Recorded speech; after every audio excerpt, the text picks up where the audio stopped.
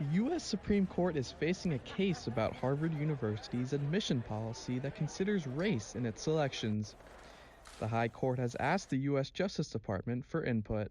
University of Kentucky professor Gregory Vincent says it's important for the court to seek the administration's views. I think getting some sense of what the administration is thinking, particularly administration that has a focus on education, I think is interesting. And it's good that they're getting that viewpoint, especially when you're reviewing a recent precedent. 5 years ago, Vincent was a spokesperson at the University of Texas Austin when the school was sued over its affirmative action policies.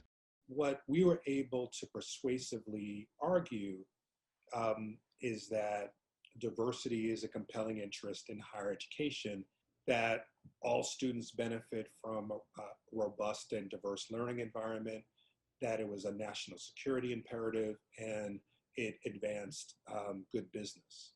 The attorney who represented a student against the University of Texas after she was denied admission said affirmative action is biased.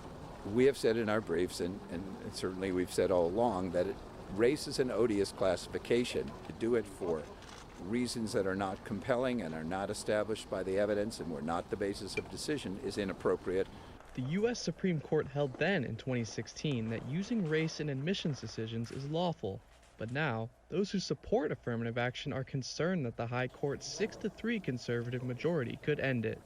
Julie Park is an associate professor of education and advised Harvard on its defense.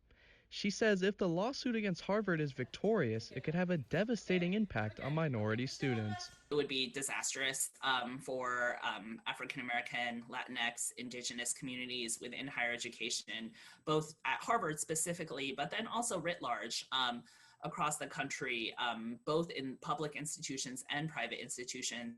If you take race out of the equation, it disproportionately impacts African American students, Latino students, students from low socioeconomic backgrounds. The traditional measures of so-called merit, like grades and test scores, disproportionately favor students who come from affluent backgrounds who go to high-resource schools. The lawsuit is led by Edward Bloom, a legal strategist from Texas. Bloom enlisted a group of unnamed Asian American students in the suit. They say that affirmative action suppresses Asian American enrollment in favor of other minorities.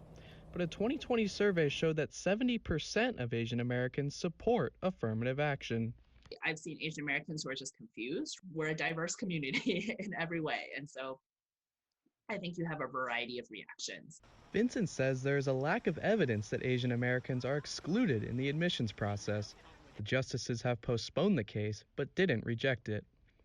But it would just send a message, which I think a troubling message, that this issue is still unresolved. Connor Smith, VOA News, Washington.